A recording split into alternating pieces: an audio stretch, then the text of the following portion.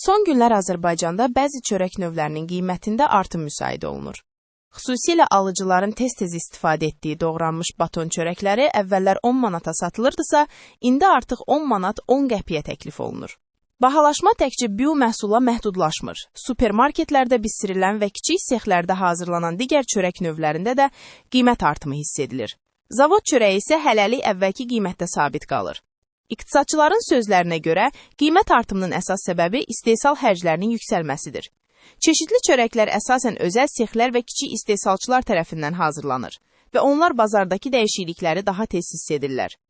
Un, maya, yağ və digər xammalın bahalaşması, həmçinin elektrik enerjisi, qaz, nəqliyyat və işçi haqqı xərclərinin artması məhsulun maya dəyərini yüksəldib.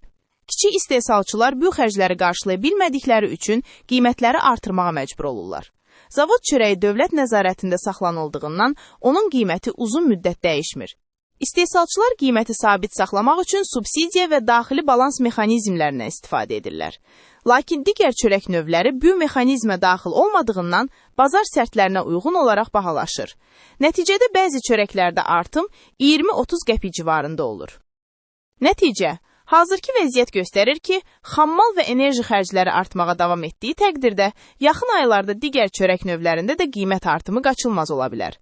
Alıcılar gündəlik xərclərin yüksəlməsini hiss edəcək, kiçik istehsalçılar isə bazar sərtlərinə uyğun hərəkət etməyə məcbur qalacaqlar.